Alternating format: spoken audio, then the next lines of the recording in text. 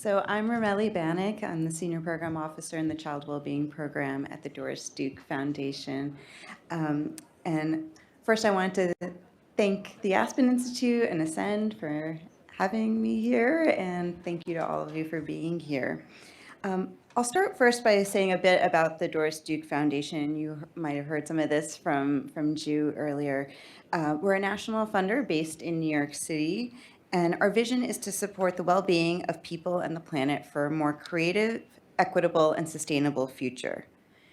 Doris Duke had a special interest in protecting children from abuse and neglect. And over the past several years, the Doris Duke Foundation's Child Wellbeing Program has increasingly invested in approaches that are more upstream in preventing child maltreatment, including advancing impactful research and learning approaches that center the child and their parent or caregiver together, the two-gen or whole family approach. Our focus has been on building the capacity of individuals, organizations, and networks to be more inclusive of the voices and the actions, as we learned yesterday, of those who have historically had little to no input in the research and learning process beyond giving their information for data collection.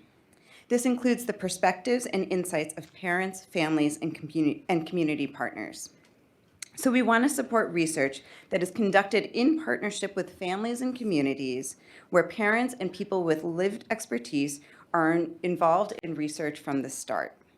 And we want to test new approaches to evidence building and learning. One of the ways we're doing this is by supporting research practice partnerships, collaborations in which the researchers and practitioners and/or policymakers jointly produce research that is rigorous, relevant, and timely.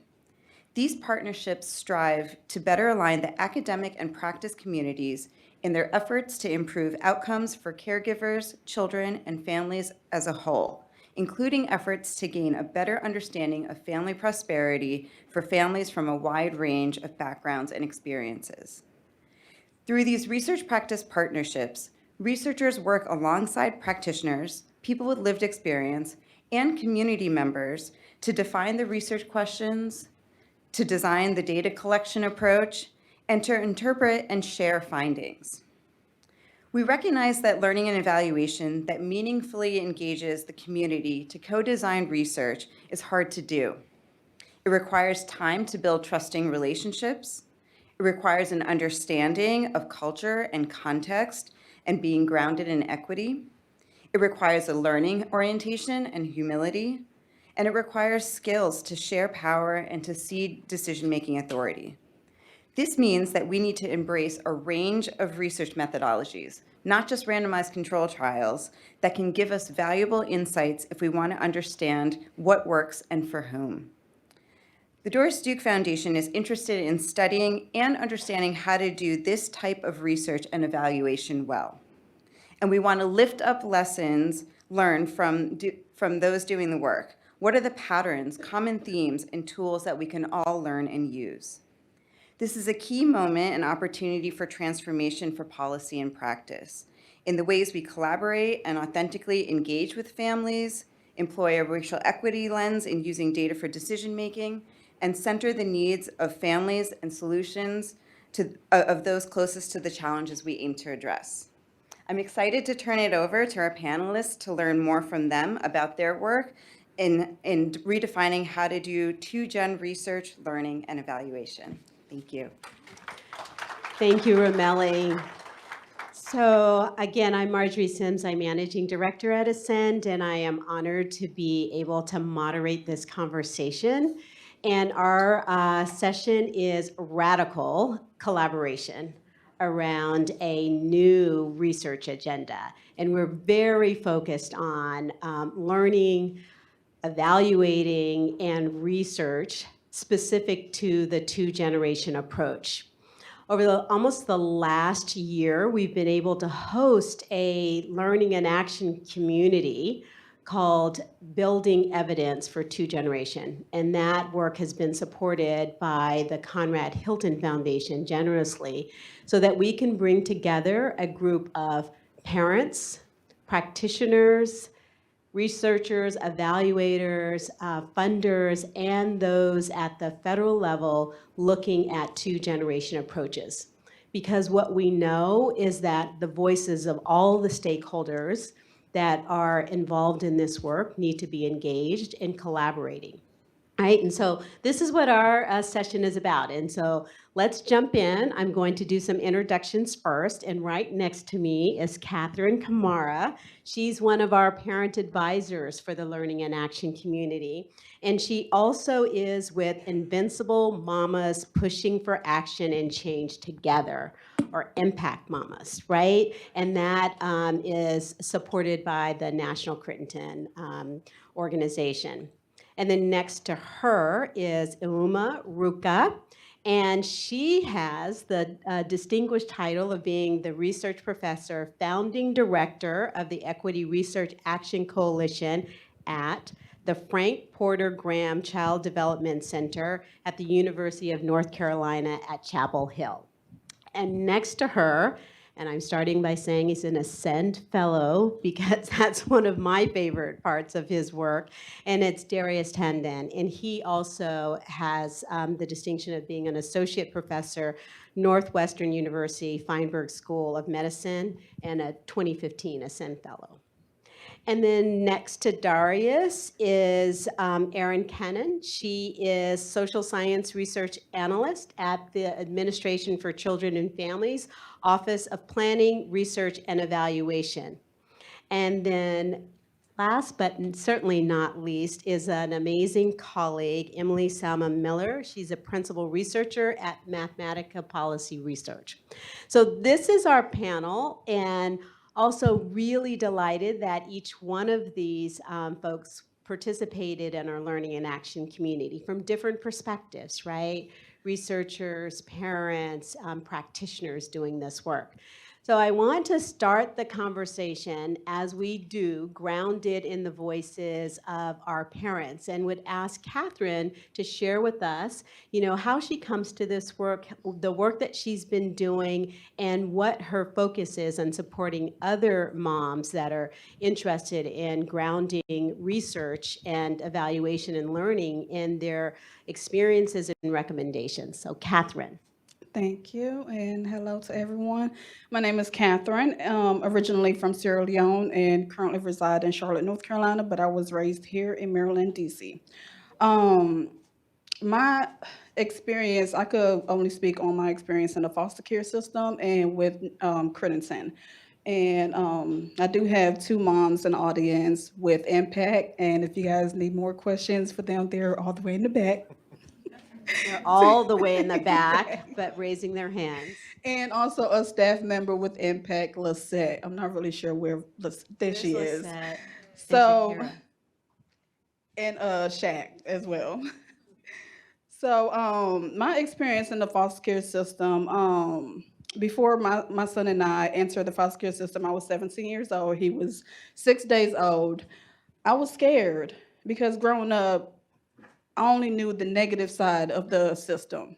I only knew you were placed in the system and you're lost in the system. So for my son and I to be in the system, the only concern I had was for us to stay together.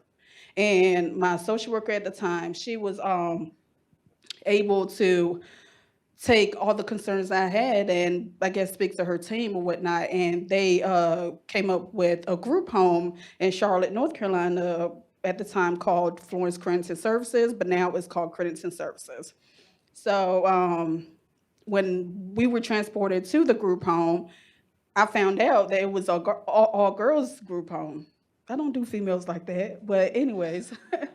So we got to the group home and I informed the social worker that transported us, and I was just like, we're not staying here, so you might as well just go ahead and pack our bags and take us back to Alamance County, which was the county that I was currently staying in.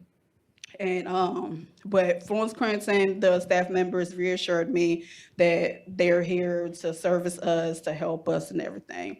So needless to say, I met the females that I lived with, and our time there, we spent about almost 3 years in the foster care system. But when I turned 18, that was where all my fears came in. Because I know when you turn 18, you're supposed to age out of the system, and I was not ready. And when I entered the foster care system, I became an advocate for myself. I decided to have a voice for myself because growing up, I didn't have a voice. I was never heard. I was never seen. So when I entered the foster care system, I decided this is my chance to vocalize the voice that I had. So when I expressed to them that I was not ready to leave the foster care system, because my child was about, I want to say 7 months old, and I was 18. What am I going to do out here? So main thing is I will step out of the system and I will either lose my child and he will be lost in the system, or somebody else will adopt him and I'll be out here in the streets. And till this day, I don't know who donated or what or where the money came from, but I was able to sign the CARS agreement. I'm not really sure if you guys know what the CARS agreement is, but it's for Can you those. explain it a little bit? Absolutely. So it's for those who are in foster care and aged out at the age of 18, but they're not ready and they're able to remain in the system until they're 21. And that's what I did because I never knew about the CARS agreement. But once I voiced not being ready and scared to go out there with a 7-month-old, they told me about the CARS agreement. So I was like, absolutely, let me sign it. So I signed it and I was able to stay in the foster care system till the age of 20. And there I received my GED, started college courses. I was able to have a part-time job, work, and save. So Florence Creighton provided my son and I with stability, security, and I said safety security because the household that I came from, it wasn't there. We did not have running water, food, heat in the wintertime, AC in the summer. It was nothing. And I was labeled as a bad child because I was leaving my home and going to my best friend's house to have those necessary needs. And my stepmother at the time was telling people that I was running away. That's not the point because I was in ROTC. I was in school every single day. How can I be a runaway when I'm in school every single day? But Credit provided, I guess, a motherly figure, because the women that worked there, they made sure I learned how to take care of my son. I was still a baby learning how to take care of a baby. And because of that, my son is now 16 years old, and my job and what I see, and what I see, and what the job that we try to do is provide security for those who are feeling helpless out here. And Credit is still doing the same work, and I'm still in connection with a lot of the staff members at Credit and still have a huge voice within the Credit services. And the impact women, they will speak more on impact. Just let them know, and we support mamas as much as we are labeled with what society say about foster care kids. We're actually the gem of this world, the gem of this country. Thank you, Catherine. So we're going to come back to Catherine and get some very specific recommendations from her. But one of the things that I found really powerful in one of our Learning in Action community convenings is when we were talking about, and we'll get to this around, the evidence and who defines evidence. But one of the parents actually said, we are the evidence, right? And so let's center that as we continue to have this conversation. So for Uma, what would you like to share around your work in thinking about this Learning in Action community? Yes, I'm so glad to be here, everybody. I'm again Iyoma Iruka here. And I would just say this. First, people think of researchers or scholars or academics as sort of like, that's just who we are. I just want to be clear, is just a vehicle to the work that I think I'm supposed to do. I'm a mother of 2 young children. I have a 6-year-old son and a 9-year-old daughter.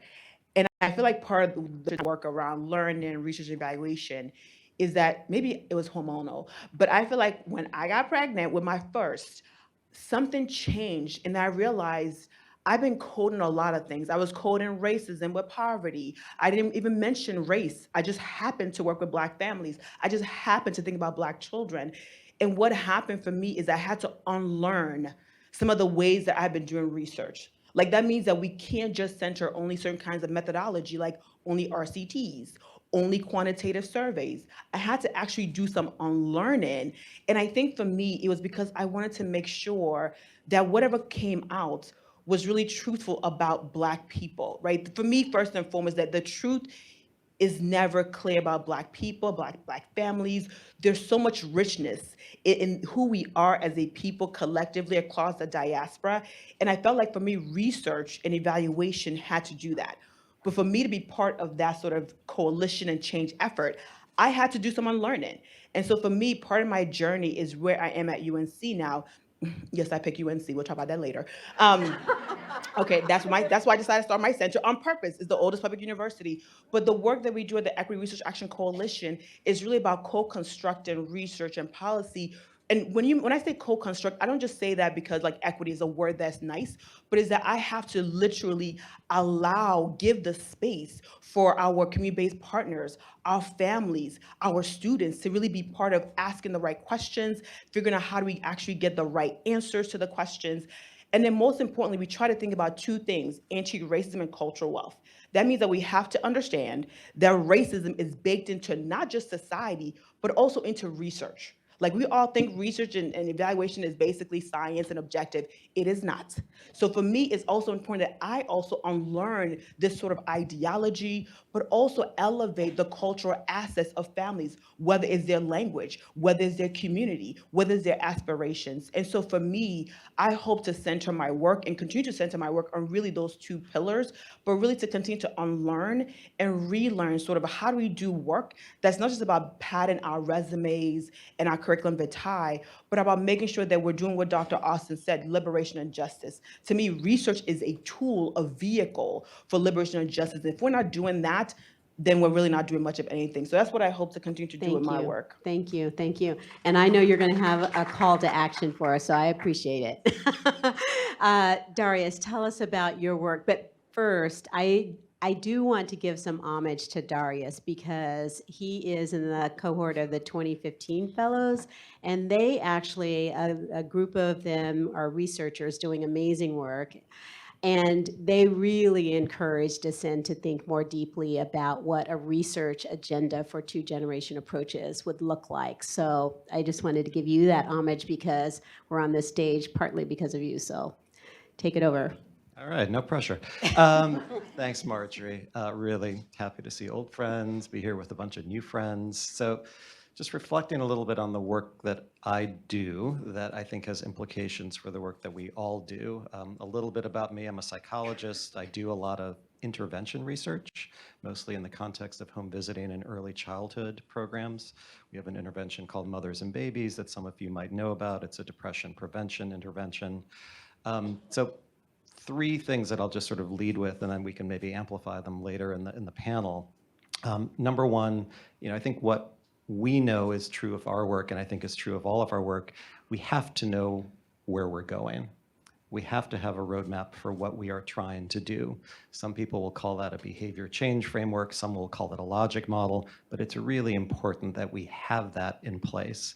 Just as an example from our work, even though reducing depressive symptoms is an end outcome of the work that we do, we don't intervene directly on those depressive symptoms. There are things that are more proximal outcomes, right? We want to improve social support. We want to get folks to reframe negative thoughts that they have. And I think we all need to be able to articulate, what's our theory of change? What's our logic model for getting to that end outcome? And then measuring things along the way. So I think that's one important learning. The second, I will quote Marjorie Sims from this morning, we need to be innovating at the same time that we are doing research and getting evidence. So I actually had it in my notes before I saw you say that this morning.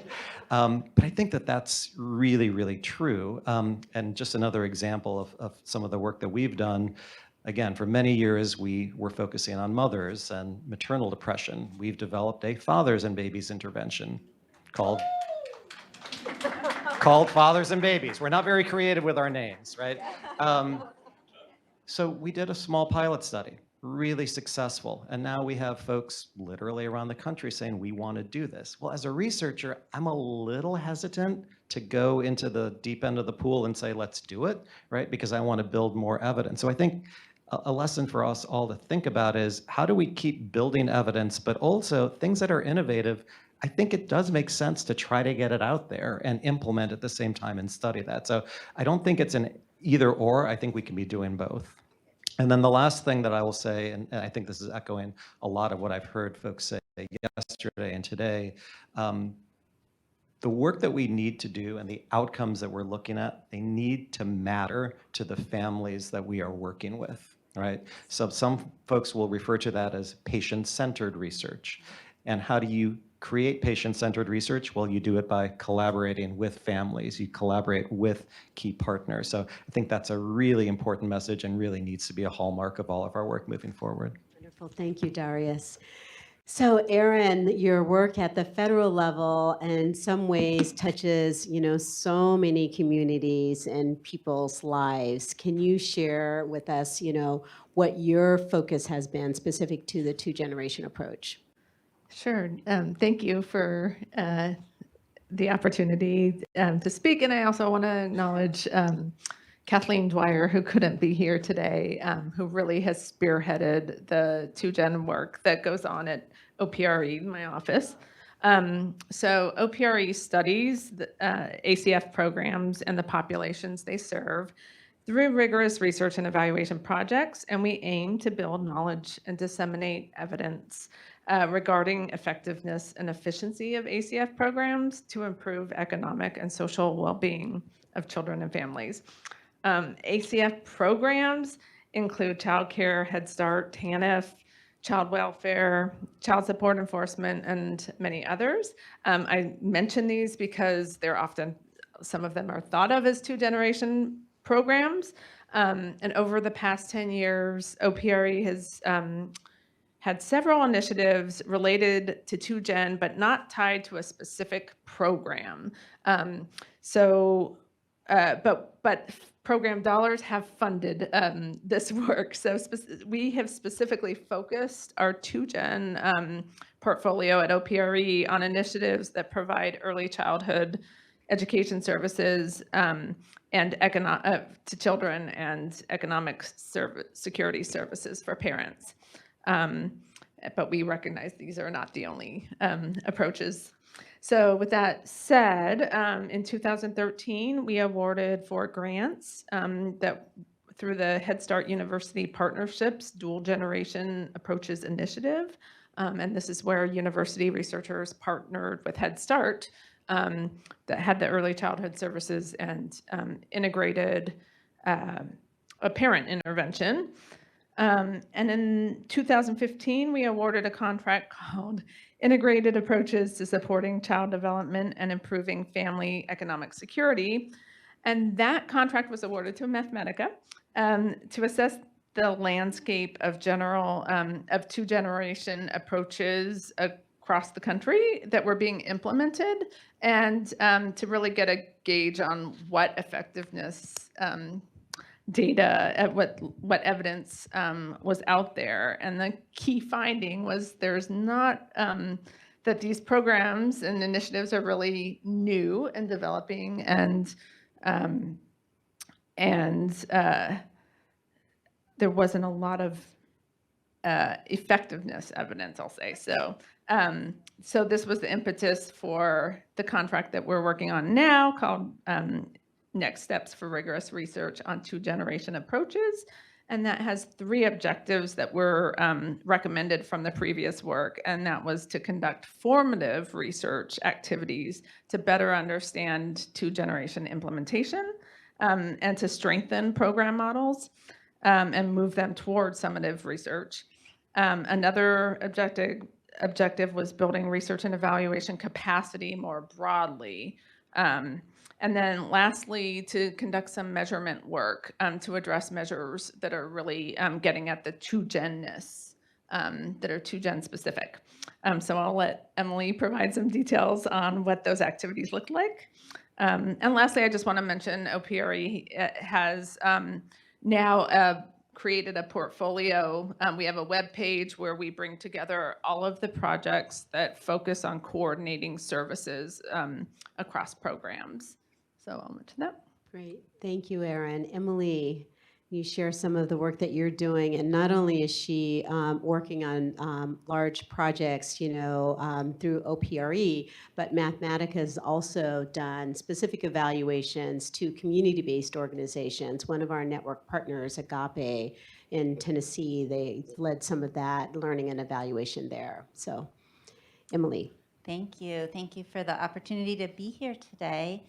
I can talk a little bit more about the NS2G project that Erin was mentioning. I can't speak about Agape. I did not work on that one, but my colleague Scott Baumgartner, somewhere back there, that maybe you could find him later, and some of my other two-generation aligned work. On the project that Erin was describing, we partnered with 4 two-generation initiatives to do what we call formative evaluation. I'm going to explain some of these researchy terms. So in formative evaluation, we're helping initiatives think about what are they setting out to do, the logic modeling that Darius was talking about. What do I think I'm trying to change, and how do I think I'm trying to change it? And how might I strengthen what I'm trying to deliver so that I can be more confident of getting the outcomes with families that I want to see. So with the 4 initiatives we were working with, we came up with a logic model template for two-generation initiatives. We partnered with those 4 initiatives to ask them, does this template work for you? What would you change? What would you tweak? And ultimately, they each of the 4 came up with their own logic model, and we have this sort of plug-and-play template that's available on OPRE's website that other initiatives could work with if you want to build one of your own. Once these initiatives had a logic model in place, we led them through a series of collaborative workshops. And when I say led, I mean we set up the time and the video call, but the input and the expertise was all coming from the people participating in these workshops, staff at several levels in the organizations, partners, parents who were either in the programs or had been and were sort of alumni of the programs, talking about what worked for them and what the friction points might be. And through that series of meetings, they came to suggestions for how they might strengthen the services they were offering.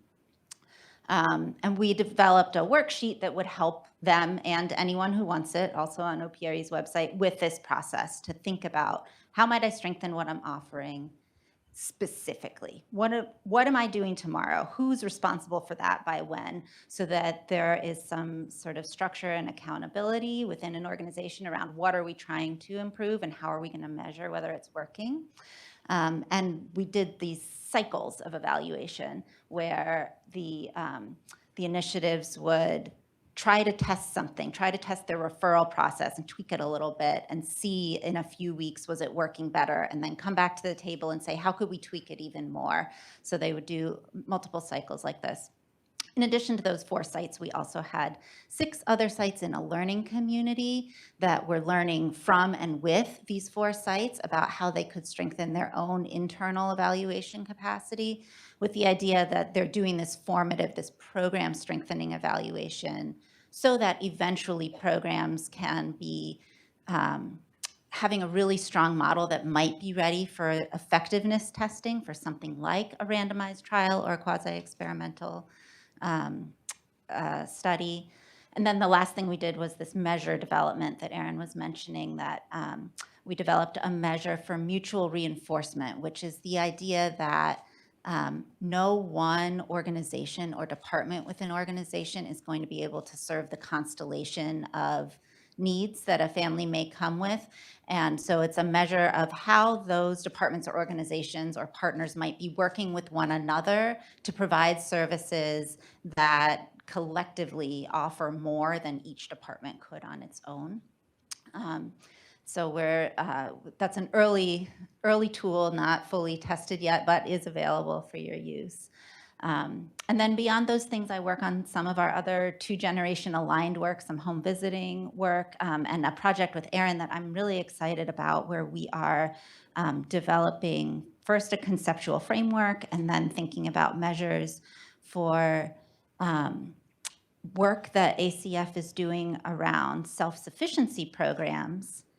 How would we measure well-being beyond just economic well-being? The other aspects of well-being we've been talking about over these days, we're calling it social well-being in that project, but things like mental health, physical health, child development, parent-child relationships, connection to community, all of these are components of well-being, and yet they often are not measured in programs that are trying to lift families economically. And so ACF is starting to think about that, and that's exciting to do together. Great. Thank you, Emily.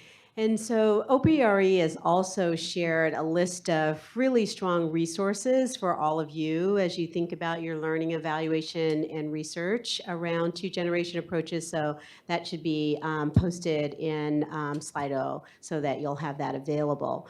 But so now you see kind of like the different stakeholders within, our learning and action community. And our charge, as I shared earlier, is that we wanted to develop a research agenda for 2-generation approaches going forward in the next 5 years. What quickly surfaced in the first conversations and every conversation since that we've had as a learning and action community is, how do you actually authentically work in communities and with parents? What are the set of principles or values that are driving this work? And how do we articulate that first? So what is your starting point? Before you even start asking questions or designing something, what are the set of principles? So I'm just going to ask each one of our panelists to share with us, their thoughts on, what's the context around doing learning, evaluation, and research, and what are the principles that they, enter this work in. And so for you, Catherine, I'm really interested in, and when you're, working with, other moms and thinking about how to support them in their advocacy, what advice would you give for us? And, as we're thinking about, as practitioners or people running programs or designing programs. I wouldn't necessarily say for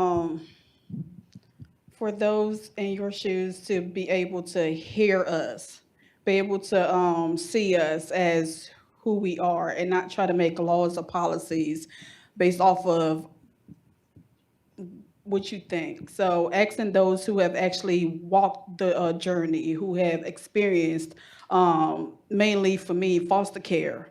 And the thing that really helps me to have such a positive outlook with the foster care system was every single individual that worked my case had a relationship with me.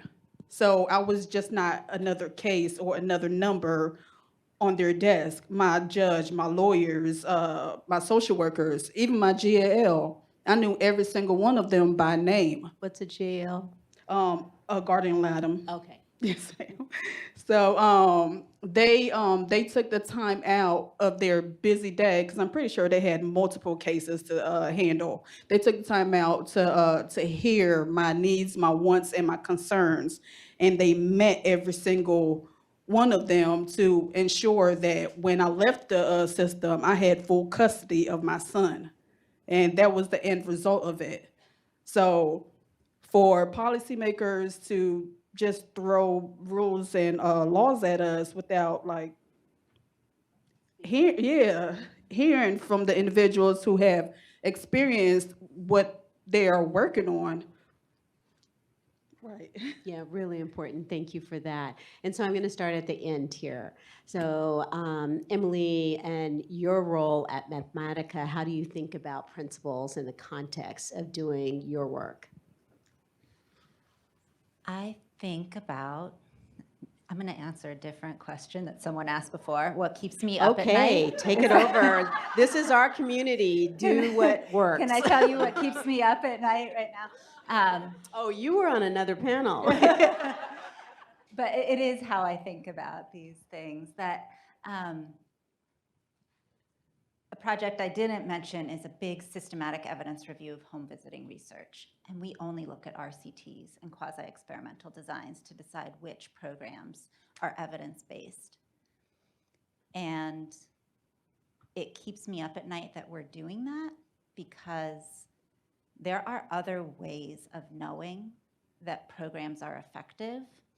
And as evaluators, we get some tunnel vision around knowing what works. And the voices of families and participants in programs telling us what works for them can give us a better lens into what to measure. I think about Nelson telling his story yesterday about what made him feel comfortable to access mental health services that he needed. And one of those things he said was his Upward Bound mentor. Well, decades ago, Mathematica did an impact evaluation of Upward Bound. I wasn't working on that, but I'm guessing nobody was funding or asking questions about social well-being or mental health outcomes for the students participating in Upward Bound. And yet you see that that was formative for Nelson to have that mentoring relationship, and then for his daughter to go and seek out protective, proactive mental health services. We don't ask those questions in evaluation research about how you're doing now, how you're doing at the end of the program, how are your children doing years after the program ends. And there's need for funding to do that, but we have to start thinking about how we might ask the questions differently. Wonderful, thank you. Erin, principals at the federal level, what does that look like? Well, okay, we do have the ACF evaluation policy. Those principles are rigor, relevance, transparency, independence, and ethics, and dinner. I want to think a little bit about what's specific to 2Gen. And I think a principle is that there should be measurement of 3 units of analysis. We should always be measuring going for caregiver or parent outcomes, child outcomes, and also the family unit. I think that's really important. And also thinking about identifying the synergistic potential of 2Gen initiatives. Can we identify what that is and measure it? Wonderful, thank you. Darius. So I had to pull up my little cheat sheet, my smartphone. So one of the other hats I wear at Northwestern is I direct our Center for Community Health, which is all about trying to promote community engaged research. So we have 5 principles. I think these 5 principles apply here. You've heard some of them before: collaboration, respect, equity, transparency, and impact. So I would say if we do those 5 things, we're going to be in good shape. The other thing that I would say is, as researchers, and I am included in this, if you're really doing work and if you're doing it in a way that's going to engage families, you have to have a high tolerance for ambiguity.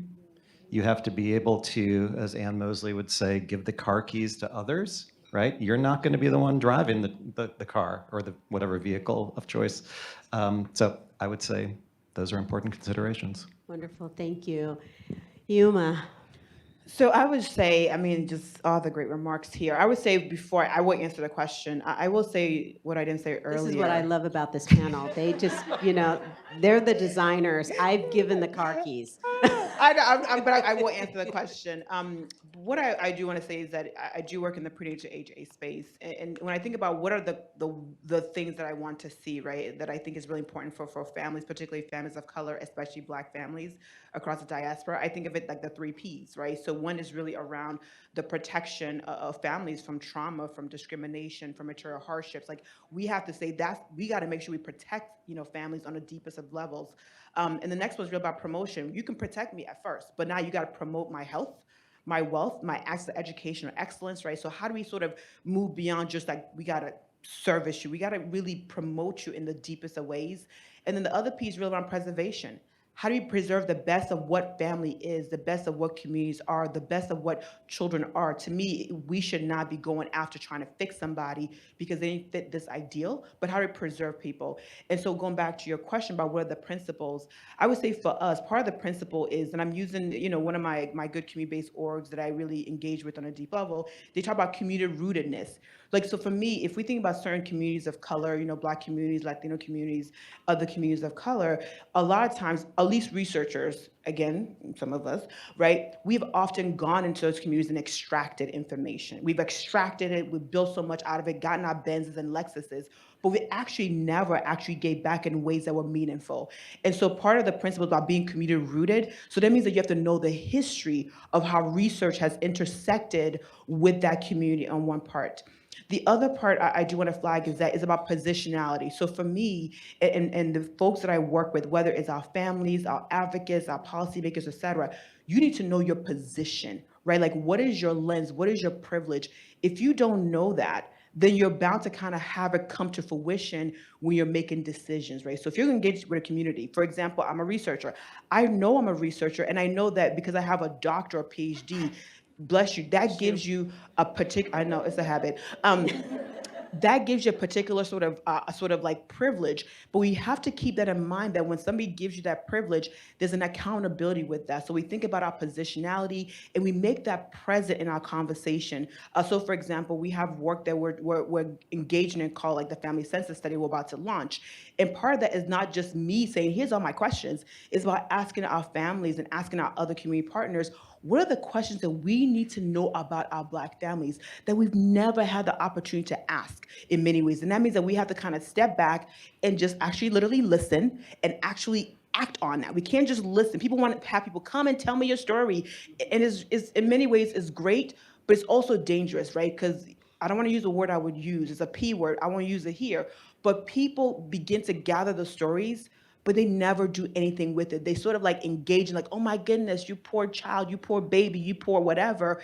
But it's that you don't actually do something with that information. And that to me is the danger of gathering stories without actually acting on it. So we think about our positionality.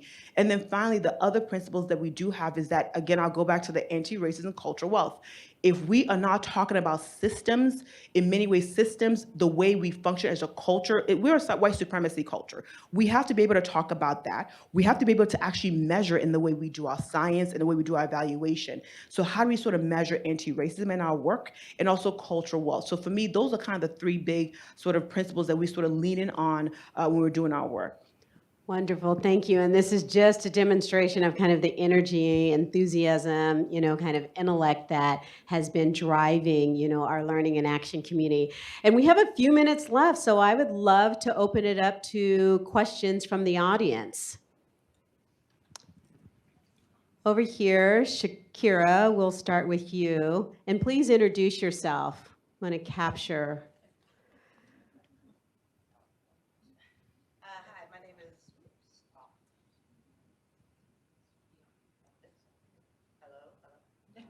Hello. Bummer. Here, you want to come up here? Thank you. Hi. Yeah, that's different. Okay. My name is Shakira Washington, Vice President of Research at National Crittenden. I'm also I love research. Research is a fabulous way of getting to know people, communities, etc. But as someone who's sort of gone through the academy, sort of looked at all of this research stuff, I think we oftentimes fail to take into account, which I think you've already alluded to, just the impact of systems that people and communities live in. So when we're talking about evaluating programs, what's a positive outcome? One of the examples that I have is we were doing some conversations with some young folks in Ohio, young people who have been survivors of commercial sexual exploitation or trafficking. And, they were a part of this community-based program. And while these young folks were basically like, this program is fantastic, I have all these new goals for my life, the reality is, you know what? We don't have electricity in my house. The water's not running. So I have to continue to do what I am doing for survival. And I think too often we talk about like, okay, well, let's build up your resiliency against these crazy things that none of us should ever have to be resilient against or to or around. So my question is as researchers, like where do we really start taking into considerations the impact of the worlds and societies that we live in? Like how do we start measuring how those systems prevent us or individuals from thriving and from being well? And then how do we redirect our research to really to focus on those issues versus the individual? So I'm just kind of tossing that out there. So. Can I get a mic? I'll be quick. Thank you. I'll be quick, but I think that's a really amazing question. And to me, that is where we have to go, right? Because we can continue to sort of do the service driven.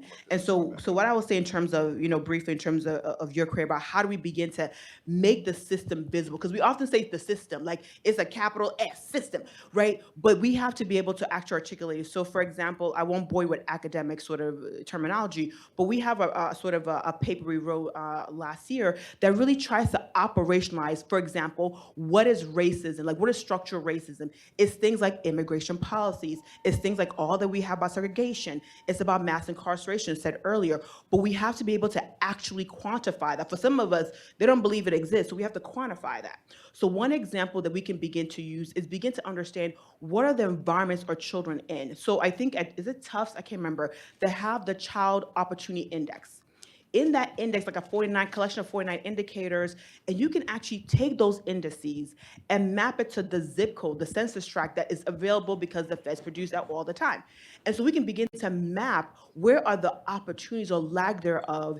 And what you will see, and we've done this for North Carolina, and we're going to do it actually across the country to really show the disparity in terms of where children actually live, because we understand the lived environment is one of the biggest ways we can determine. We can literally take your zip code, as we all know, and literally map it to not just your early years, but your later years. So I think we have to begin to crystallize what is structural racism, structural, other isms. The more we can do that, but that means that our research core, we actually have to talk about it. At least in early childhood, we just started talking about racism. So I think in some sectors, we've talked about inequities writ large, we've talked about poverty, but we haven't talked about the racism part.